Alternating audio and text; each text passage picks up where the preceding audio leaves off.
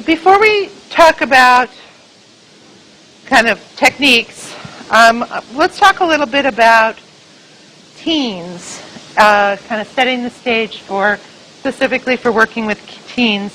You guys actually don't have this document, but this one again is on the website. So it's called Understanding Teens, Opening the Door to a Better Relationship. So let's talk for a minute. I'm hot. In terms of developmental stages of teens, what's different about a teenager than little kids? What are some of the stages that they go through? What are mood swings? Yes, they have huge mood swings. It says before age 11 or 12, children think in terms of concrete objects and groups of objects. By 16, most adolescents have gone from the simple way of thinking to complex forms of reasoning. They learn to approach problems systematically. They go up, they go down, they move all around. So what else goes on for a teenager?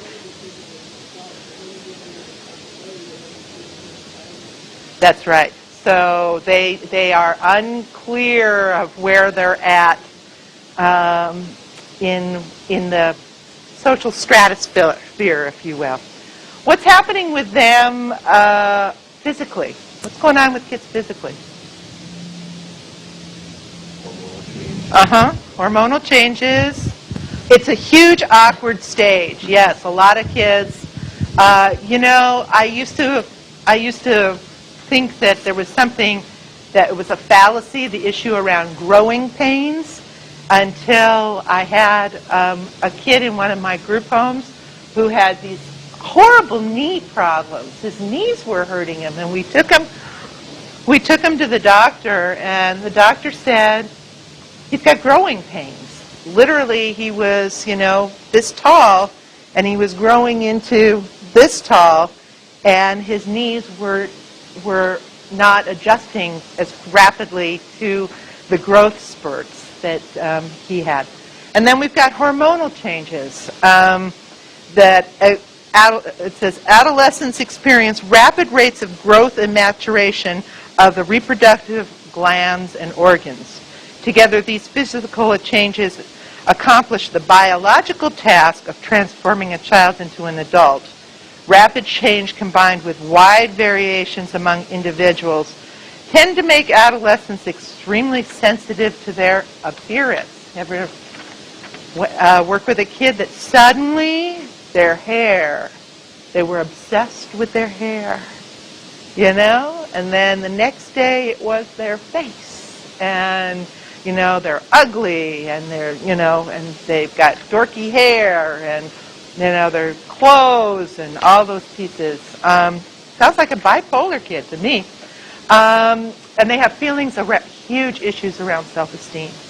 I mean, we all struggle with self-esteem issues, but teenagers go through it's almost like rapid recycling in terms of, one day they're on top, the next day they're dog meat. Anyway, the teenage years, the changes happen. There's huge ups and downs around it. Let's talk about social changes. What happens to kids in their teenage years? Anybody? Friends are more important to them than family. Absolutely. Friends are the number one thing.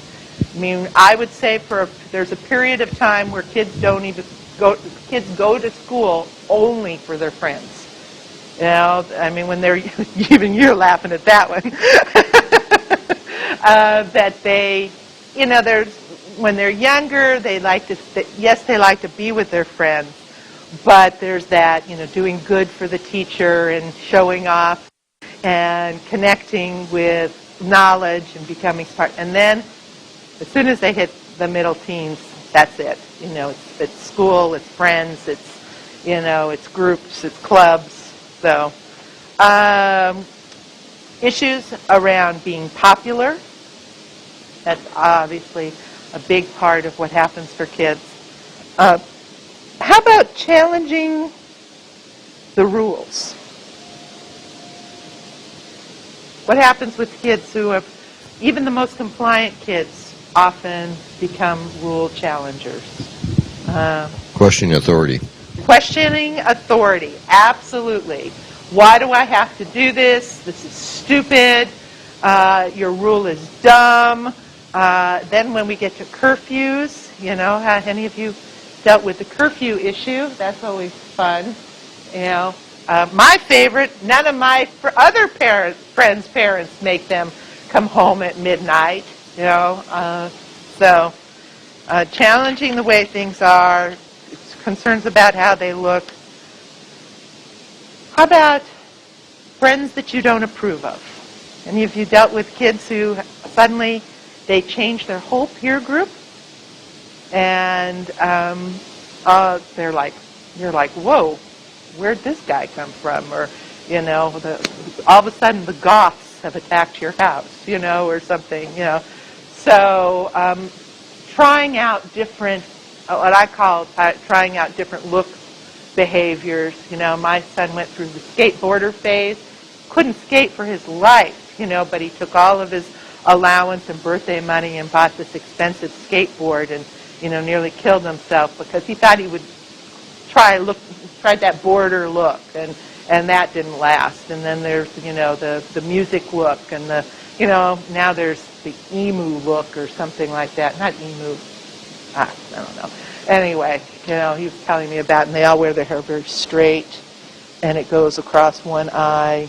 It's a kind of music. What's that?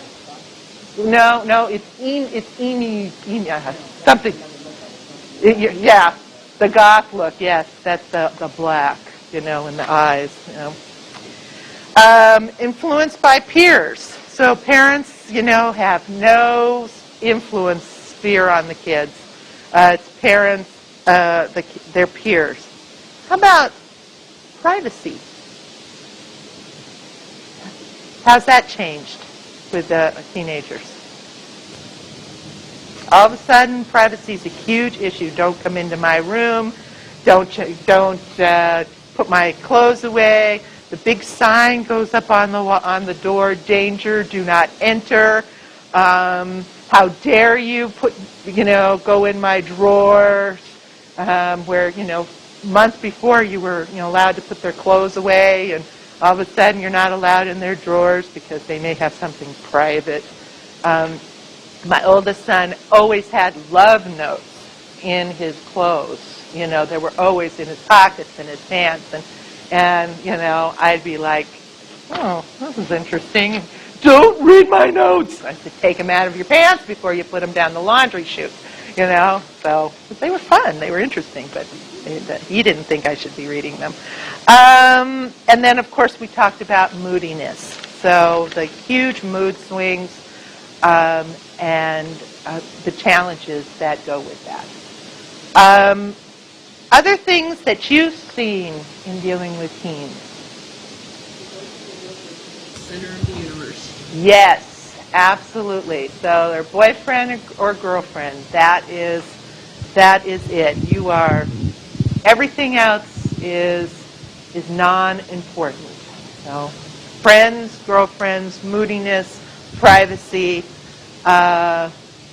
challenging authority. Some of that sounds like a couple of those disorders that we talked about earlier, isn't it? So that is one of the issues that makes, I think, challenging behavior management or finding techniques with teenagers because of the teen years and the issues that they are struggling with, their own self-esteem, their wanting to be independent. So that gives us a special challenge around this. So let's switch to, well, let me just show you some books first. I brought a few books with me. This one is written by Foster Cline. Many of you might have heard of him. He does a lot of work with around kids and behavior management. This one's called Parenting Teens with Love and Logic, and it's written by Foster Cline and Jim Fay. Love and logic classes are all over the place. Lots of different people teach them. I can't speak to the quality of the teachers of those classes, but they really were originally developed by this guy, Foster Cline. These are, again, this was not a book for kids who are dealing with foster care issues, but just, kind of regular issues around parenting. This one, some of you may have heard of Maurice Lacunza. He's a trainer out of Region 5, Tacoma area, and he's done a lot of training at foster parent conferences, and he's quite a character, to say the least. But he wrote this book, Getting Your Kids to Think, a thoughtful and a creative approach to parenting. So he's got some very nice things around practicing, creative consequences, the thoughtful consequence, control and power. It's a nice book. And of course the foreword was by Foster Cline, so you can see the connection. On a break, you can take a look. There's a mail order form in here for it, because I don't think you can get this. I don't think you can call Amazon or something like that and get it. I think you have to order it from Maurice yourself. So if you're interested in this book, there's the last page. There's an order form. So, and then I brought this. It was very interesting when if you do a Google search and you go behavior management plus techniques plus teens or something like that. Mostly what you find are people who are trying to sell their token economy program for $150 or something like that on the web. So every once in a while, I Google behavior management plus teenagers or different things to see what comes up in terms of articles or interesting things or trying to find books. Now, this book is really designed it says, a source book for child care providers. And it comes out of Boys Town out of Nebraska. So it's called Working with Aggressive Youth. We're going to take a look at one document that they use, and there is one chapter, Chapter 6. I did not. Chapter 6 is actually on the website, so that you could pull that up and take a look at it. It's a little clinical. It's absolutely written for child care staff, but I think you can do some shifting in terms of a home and some techniques that, you could change the word child care to parent, and some of those things for those of you who are foster parents. I really like some of the techniques in this book. But again, Boys Town uses what we call a teaching family home or teaching family model. So their whole focus is on teaching alternatives behaviors. So in just a minute, we're going to look at one of their models so you can get a taste of it. But I would recommend this. I think I got this from Amazon or Overstock.com. Can't remember which. But if you're interested in kind of thinking about new ways or new techniques around teaching techniques and those kinds of things, I would recommend this. Okay, so this is, what I'm passing out is this teaching interaction, again, from the Working with Aggressive Youth book. And let me just say that, again, that Boys Town views everything as in a form of teaching. So what they do is that they say because youth are actively taught that this model teaches them a new way of behaving so they can be more successful and comfortably adapt to social norms or to get his or her needs met in a socially acceptable way. So the belief is that the kids who are aggressive have been getting their needs met in socially unacceptable ways. So they may have been getting what they want, but in ways that alienate them from people or get them kicked out.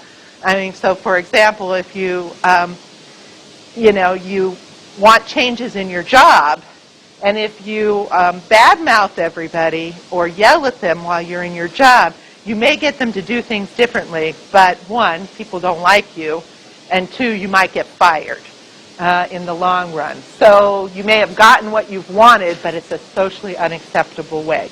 So what they want to do is teach aggressive teenagers socially acceptable ways to interact and get what they want. So this is called a teaching interaction, and what they believe is to most effectively and sensitively meet the needs of each aggressive youth. Child care staff or parents should consistently use teaching interactions, and there's a 9-step process for that. So the first one is what they call, the initial phrase is praise, empathy, or affection. This is not easy. It's like, oh, thank you for beating me up. It's trying to come at it in a way so that a kid it doesn't immediately disconnect the kid from you.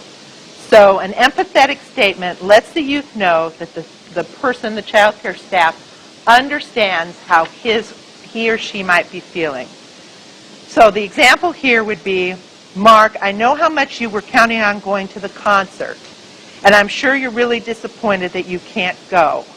Or, isn't it irritating when somebody breaks your bike and doesn't tell you about it? So trying to use a statement to set it up with them so that the empathy starts out, that you're creating a connection to them. As I said, such empathy statements can build the relationship, can calm an agitated youth, and help the child care staff approach the situation in a positive manner. This is not easy to do. When a kid has kicked you off, it's easier to say, what the heck are you doing? As opposed to, saying, thanks for coming and talking to me about this. I know you're upset because you're grounded, or something of that effect. So then the next step is what they call description or demonstration of inappropriate behavior. So this component involves labeling the skill that will be taught and specifically describing the aggressive youth's inappropriate behavior. So whether it's verbal or nonverbal. In this situation here, this was a nonverbal, inappropriate behavior, because they said, when I said no, you looked away and began to mumble. Another example would be, let me think of another one. When a kid might say, when you say, I need for you to clean your room, or it's time for you to clean your room, and they say, I'm not cleaning that stinking room, or I don't have time, or something like that. So describing that. When I asked you to clean your room, you came back at me in a very negative, caustic, negative, gritchy kind of way. So describe the behavior, because guess what? They may not always know that this is something that ticks you off, or this may have gotten what they've wanted in the past. So describing the behavior, and then the inappropriate behavior, and the next step is the consequence. So this component involves delivering, this is the clinical part of this, delivering applied negative consequences. For example, a loss of a privilege for inappropriate behaviors. And then immediately following the consequence, this child care staff member offers a positive correction statement. And we'll talk about that. A positive correction statement lets the aggressive youth know that he or she will have an opportunity to immediately earn some of the consequences back. So if you have a model in your house for a negative, aggressive behavior, and you say, when I asked you to do that and you told me to, eat a bug, that's unacceptable in our household. The consequence will be you're going to lose 30 minutes of your computer time. The flip then is to say, you'll have the opportunity to earn, that's EARN on your thing, back some of that consequence by practicing how to accept no or how to accept a request for behavior, a request to do something, whatever the issue was. So what they're doing is giving a negative consequence and then saying you have a way to get some of that back by practicing. Because again, in a teaching family model, what you're doing is helping the young person practice the appropriate behavior. Because what we do a lot with kids is we say, no, don't do that. I don't want you to do that. No, don't talk to me that way. This is inappropriate. But what we don't do is have them practice the new behavior that we want. And guess what? Some of our kids that we work with really don't know. I mean, that's the part that we have to kind of wrap around our head, is they really haven't been trained because it hasn't been modeled for them by their families of origin, or, they might have had neurological reasons why they haven't learned, around exposure to drugs and alcohol. So we're actually teaching them. So, in the next step is what we call description, demonstration of appropriate behavior. So, following the consequence, the child care staff describes to the youth the appropriate behavior that should replace the inappropriate. This gives the aggressive youth an alternative behavior or skill to use in the future. So it says here, in this example, when someone has to tell you no, whether it's a teacher, your parents, or me, you should look at the person, acknowledge that you hear them by saying something like, yeah, I understand. If you don't understand, calmly ask them for a reason, and finally, do not argue about the decision. So this is telling them what is the socially acceptable behavior. So in the example with the cleaning the room, when somebody asks you to clean your room, whether it's your parent or child care staff, etc., you need to look at them in the eyes and say, yes, no, I'll do it later, or when can I do it, etc. And then the rationale is what you say to the young person. You explain the natural consequences for his or her behavior. The youth view the child care staff as more concerned and fair when they point out the benefits. So not only are you teaching them what is acceptable behavior, then you're giving the rationale why they should do it. So you're more than likely to get more of what you want when you're nice to people. I'm more than likely to take you to the mall when you clean your room when I ask you. So giving them a rationale for why they should use socially acceptable behavior. Not just because I said so, which is easy to do. I mean, we have all done it. Why should I clean my room? Because I said so. Well, that's not a rational reason to a teenager. Maybe it's because you feel like, like that. But that's not a rational reason. And then it helps them to understand why they should use this appropriate behavior. And then request for acknowledgement. That's the next step. Do you understand what I'm saying? Do you have any questions? Can you repeat back to me what I've just said? I really do like the word, can you repeat back to me what we've just said? Because that's a way for you to be able to hear what they heard. Because if I say, do you understand what I just said? Yeah. Okay. You don't really know whether the kid got it or not. But tell me exactly, what did you hear me say? Do you understand what? Can you repeat it back? Something of that nature, because then you can, if they say, yeah, you told me I have to be nice all the time. Well, that isn't exactly what you said. You were, so you can explain that. And then the next one is practice. So that's the piece that in this model is kind of a little awkward in a family setting, but I think there's ways to use it. So the practice session provides the aggressive youth with the opportunity to develop new habits and to become comfortable with new ways of behaving before he or she needs to use the skill, in a real setting. So you say, okay, we're going to practice how you accept no. Don't use the exact thing that you just did, because then that creates the battle. In the case of cleaning the room, you might use something else, like a hypothetical situation. What else might you use in your home? If you ask them to take the dog for a walk, or to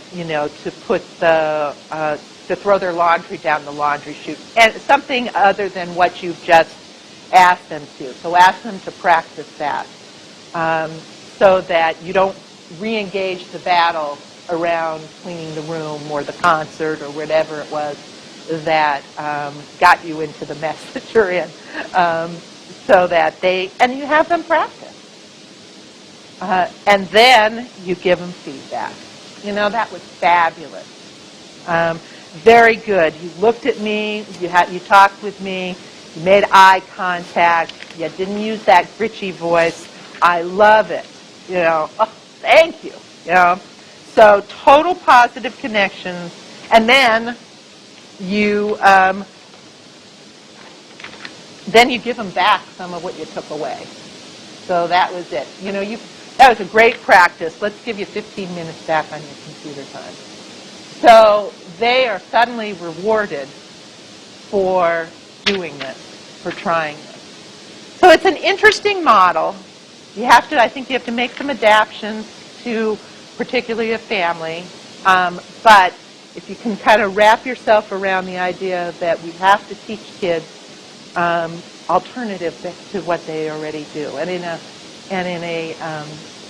setting such as a CRC, I think there's some really good techniques that you can pull out of that, and out of this book in particular. This is Anger Management Strategies for Kids. Okay. I don't remember where I stole this article from,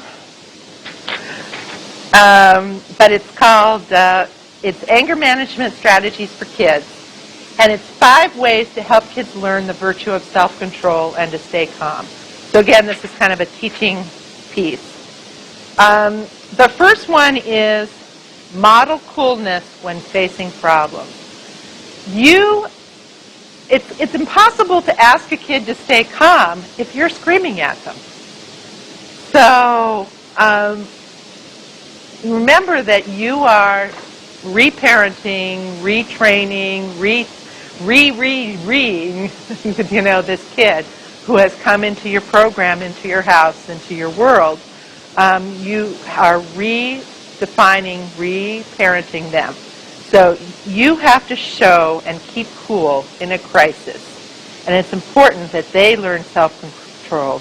You give them the clear message. It may look like a crisis, but by staying cool, I'm in a better position to solve the problem. So if they're all upset, they're angry, they're aggressive, and they're agitated, that's the more for you to be calm. I remember one of my most favorite staff used to do, when a kid was the most agitated, the first thing that Christopher did was sit down. And staff would go, childcare staff would go, what? What if they hit you? What if you, and what I saw is that every time Chris sat down and said, I think we need to talk about this situation, and he would modulate this calm tone, and you could literally watch this kid coming down. Never once in the years that I worked with this social worker, did he ever get hit? He rarely restrained kids in a residential setting. He sat and he talked to them. Now, I'm not saying that there were times when he had to be more, physical, but that was the first thing he did. He modeled coolness and calmness in ways that I wished I could have learned, because my voice would get, jittery and, that all that kind of stuff when a kid is getting sort of aggressive. Chris never showed it. Whatever might have happened inside of him, I have no idea, but he modeled coolness to the nth degree, and he sat down and he talked calmly, and those kids calmed down. It was amazing. That was his best technique. 2, develop a feeling vocabulary. Many kids display aggression because they don't know how to express their frustration. These are kids that didn't learn, I'm feeling angry now, Mommy. Didn't have daycare centers that taught, big bright things on the wall that talked about feeling statements and how are you feeling today. And these are kids that were in survival mode until they came to your house. So we have to teach them feeling words. So it's okay to say, looks like you're really angry right now. You want to talk about it. I hear you're upset right now. I hear that you're frustrated. Come up with those words. Give them that vocabulary. Help them. You're darn right I'm angry. Okay, I hear that you're angry. So let's figure out what to do about it. So if you use those words, they may escalate for a minute, but then you can bring them down, because once they express it, then they're able to talk more about it. So, and hopefully, then they'll be able to the next time come to you and say, I'm really pissed off about this new rule that you guys have put on us. That's a much better way than them yelling at you. So give them the vocabulary. Identify anger warning signs. Explain to your child that they all have little signs. I talk about this in my little cornucopia of techniques. It's really good for some kids to have to explain to them their warning signals when they're getting angry. You talk louder, your teeth get flushed.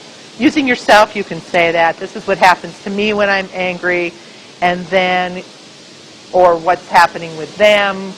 And you can help them by giving them signals.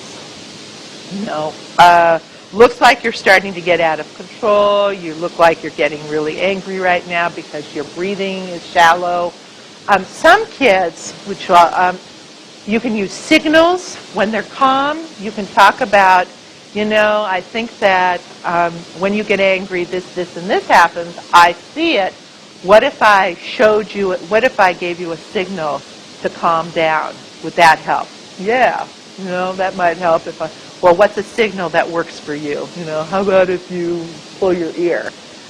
This doesn't work for every kid, but for some kids, you can develop that technique with them. So if they're in the house, in the setting, in the family, you can say, "Hey, Joey." They go, "Oh yeah," so they connect, and then they start using techniques to slow themselves down. Number 4, use self-talk to stay in control. Experts suggest that another way to help kids stay in control is teach them to say affirmations, simple positive statements to help themselves in stressful situations. So you can teach a kid, this really works for younger kids, but even teenagers can do this. You can teach a kid self-talk. Oh, I'm starting to get ticked off right now. Oh, I'm feeling angry. I got to stay in control. Oh, I really don't want to get put on restriction this weekend because there's this, concert I want to go to.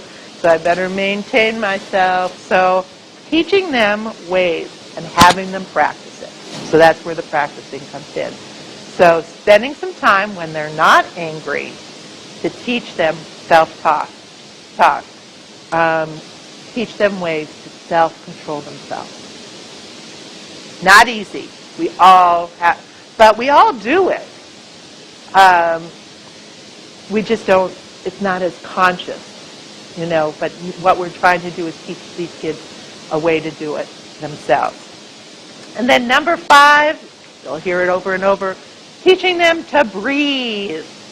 Breathing, deep abdominal breaths.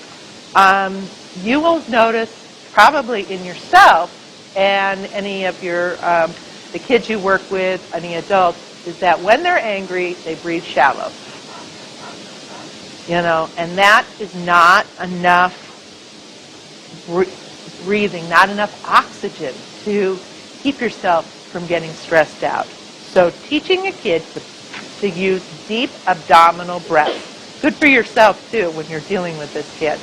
And abdominal breaths, I can't believe I'm doing this on camera. So abdominal breaths, you are not using abdominal breaths as your shoulders go up. Those are short, shallow breaths. Watch my hands. See my hands going out? Those are deep abdominal breaths. Those are breaths that will help you calm down. So this is good for you when you're dealing with a kid who's getting aggressive, whose behavior is out of control, and it's good to teach them. And then for certain kids, you can say, hey, remember to take your deep breaths. Calm down, deep breaths, cues that will help them. You want to make sure that you have those conversations with them when they're not in an anger phrase, so that if you use those phrases with them, that it doesn't tick them off more. So, cornucopia of techniques. This is just kind of my compilation. I've been teaching classes on behavior management for quite a while, and I just keep adding to this list when I find something new. And some of these may be designed more for younger kids, but we also know that a lot of kids and teenagers in foster care are younger developmentally. So I give you this list, and again, you try out what works for you, what works for your kids. Not all techniques are going to work with each kid. Okay, the first one is progressive muscular relaxation, or PMR. This is a purely physical technique for relaxing your body. And all it is that holding a a group of muscles tightly as possible and then contracting them. Your hands, your feet, any group, your shoulders, tighten up your shoulders and loosen them. Doesn't that release feel good when you let go of it? This is a way that people can, when they're in the early phases of stressed out, that they can relax. This kind of self-care. We teach little kids, like in daycare. I have a book on bear relaxation techniques, and it's a little bear and a kid doing exactly this PMR. It's a way for a person to, when they're in the early stages of getting angry and frustrated and upset and stressed out, to relax themselves. They can do it anywhere. You can do it at school. So a kid who is having problems at school, you can teach them PMR, and they can, when they're feeling agitated about something that's happening in class, if they can sit there and hold their hands and then relax, it dissipates some of the toxins and frustration that they're having. Okay, let's see. Imagery in anger reduction. Okay, you can use imagery in the following ways to reduce stress, which is a precursor to anger outbursts. So this is a way for a person to imagine a place or area that's good, that they love, a day at the beach, the picnic. Everybody, it seems like mountains or beach. You're either a mountain person or you're a beach person, you know? It's kind of interesting as I talk with people. And you literally teach the kid to imagine that place. To think about what it's like walking on the beach, to feel the sand in their toes, to hear the ocean, to feel the breeze, to feel the water. It's basically a stress relief technique, stress reduction technique. And it sounds corny, but it works. And if you can get a kid to buy into this, then it's really great. Okay, relaxation breathing. We've talked about this a little bit already. And I put the book there, A Boy and a Bear, the children's relaxation book. So I wrote, that's really for little kids, but it's just a wonderful book. I love it. So, and then cue controlled relaxation. Really, again, helping kids know to breathe and relax. And these are all techniques that you have to agree with. The kid has to agree with, again, when they're not in the middle of a mad. So you have to, when you're communicating, when you're talking with them, when you're saying, you know, I really want to help you learn to deal with your anger, and let's come up with some ideas, and getting the kid to kind of buy in as much as you can get a teenager to buy into anything. Okay, prevention statements. So we all know when Susie's going to blow. We've seen it 1,000 times. Staff and foster parents can help children identify when they are angry and give them positive statements that might prevent the anger outburst. So here are some examples. Stop and think, make a good choice. You can use those words in different kinds of ways that fit for your house. But I've used, you know, it looks like you're really getting angry right now. I'd like you to stop, breathe, and make a good choice. I've said that to kids. Because that makes, you're telling them, stop, breathe, make a good choice. So that's, remember to breathe when your tummy gets tight. Breathe, let's breathe together. So kind of a younger kid statement, but a kid who might be neurological or fetal alcohol might really love that kind of statement. You know, and you can breathe with them together. Use your words, not your fists. People are not for hurting. We really have to remember that a lot of these kids have witnessed severe domestic violence, severe aggression, severe anger. They don't know that you don't use your fist, you know, or they've been trained in ways to do it from early on. So we really have to be very specific sometimes. It's hard to think that about a 6'2" kid saying the words to them, use your words, not your fist. You think that's something you use to a 4-year-old. Well, guess what? This kid may be acting like a 4-year-old right then and there. So he may be 6'2", but developmentally, emotionally, cognitively, as in their development around their anger management. You may have to say that. But again, I think it's hard to always do. I'm not suggesting that you don't all do this, you know, or you haven't tried it. Because I know it gets very emotional when a kid is doing this. But trying to look at ways that we can, again, prevent what's going to happen, what we think is going to happen. You can do it. I know you can get your mads under control. That's a positive statement. I know you can do it. I know you're really pissed off at me right now, but you can manage your behavior. I like this one. I understand right now you're feeling mad still. You can't hurt people, things, or yourself. So change that terminology if you need to for a teenager, but letting them know, basically you're acknowledging their anger, but it's unacceptable, socially unacceptable to hurt people and things. You are a kind of kid who can take care of his own bad feelings. This is, again, a very positive statement. Something we don't do that often. We approach it from a negative.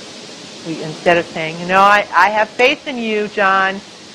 You're a good kid, and I know that you can control your anger right now.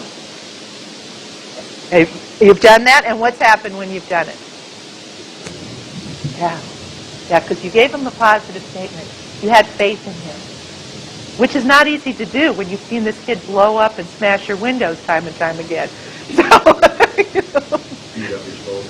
Yeah. So it's not easy, You're so good at hitting people, So you have a choice. Go to a safe place and draw out your mads.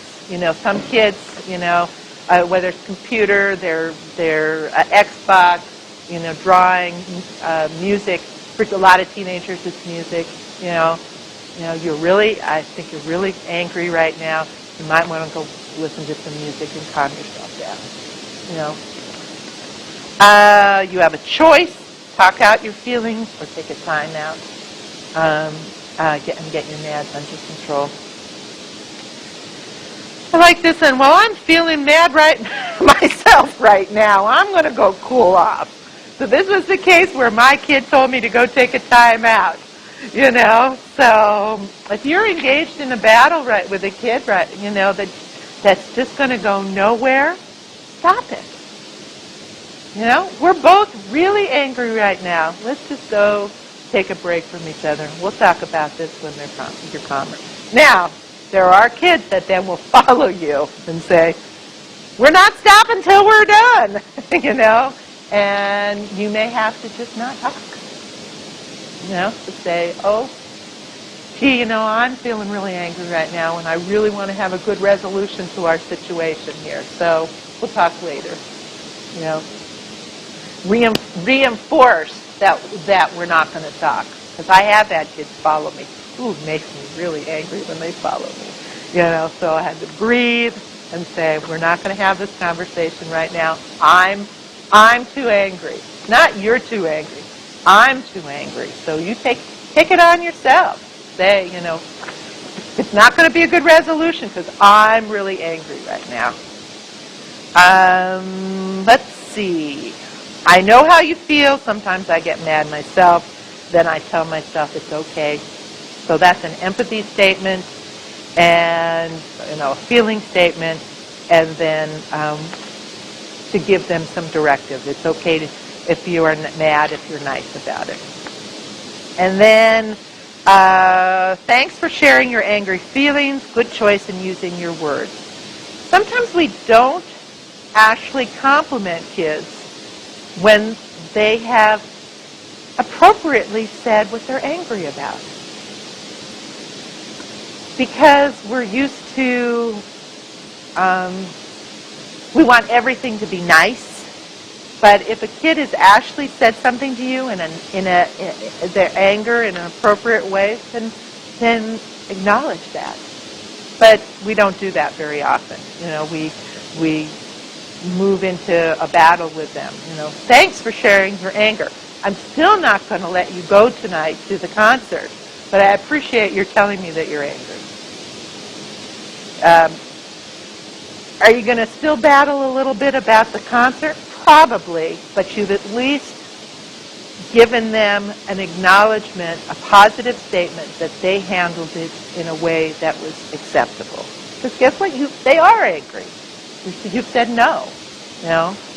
So we are learning to speak your feelings kind of community. No more mad group for us. I think that one's corny. I believe in you. Sometimes it's tough. That's a really nice statement. I believe in you. You can handle this. And you're one terrific kid. Remember to tell them they're terrific, that they're really good kids, that you really respect them. So don't forget to tell them they're terrific. We're on the establishing rules for getting your mads out. So as we talked about, just as you can establish rules and routines for your program, it says child care sites, but change the name to your family or your household or your residential treatment program, can establish rules for getting your MADs out. The children can help develop those rules. So many times in houses you have family meetings and you talk about the rules in your house or you talk about the rules in your program. Talk about the rules for how do you deal with your MADs. What are we going to do in our program to deal with our MADs? And here's some, again, check your tummy, jaws, and your fists. See if the MADs are coming. That's, again, the physical aspects, the precursor to many times when a kid is angry. You know, you can see that. So helping them set up a rule around checking that. Breathing, blow your MADs out. I like that one. Blow your MADs out, you know. If you're angry, don't hold them in, blow them out. Get your control, feel good about getting your control. We have to teach kids that it's a good thing to be in control, that it's a good thing to not be angry, that it's a good thing to be socially acceptable behaviors, if you will. Because again, our kids have not had that model to them, that what's acceptable, what's the norm to them is often very violent. Historically, you know, again, a lot of our kids come from domestic violence situations. So helping them see that it's a good thing to be under control. They often don't get that. Remember to use your firm words, not your fists. I like that phrase, firm words, not your fists. And then we have to be able to accept those firm words. I have had kids say to me, you tell me to get mad and to voice it, but then you give me a timeout or you put me on restriction because I've told you how I'm feeling. So I said, oh, you're right.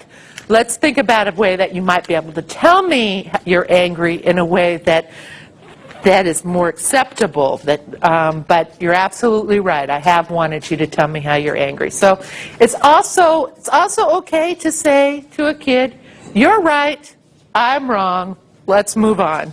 You know, we adults get into this, I have to be right. I have to be right all the time. I have to be in control. And I think, again, if you're modeling behavior, we're asking them at times to acknowledge that they've made a mistake. So that means we have to acknowledge it too. Use a strong voice and talk your MADs out. Say, I feel mad when you.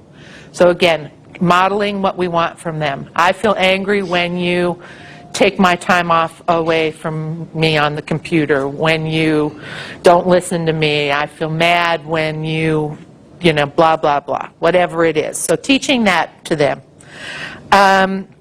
Sometimes you need to take a time out and get back your control. So we've talked a little bit about that.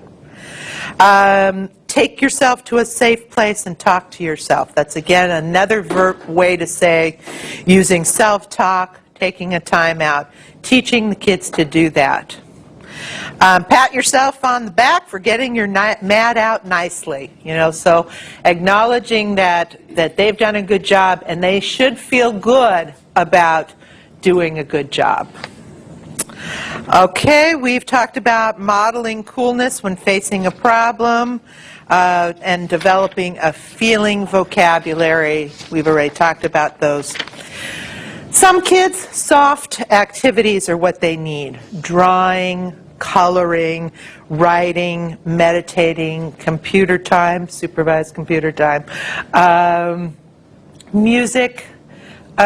So for those more introspective kinds of kids or kids that tend to be artistic or love to write, I have some incredible poetry and writing that have come from foster kids and kids in residential programs, because that was how they were able to deal with the trauma in their lives. In fact, I think I put on the website one called The Angry Poem, so that might be on the Pierce site, that came from a kid who was at child study and treatment centers.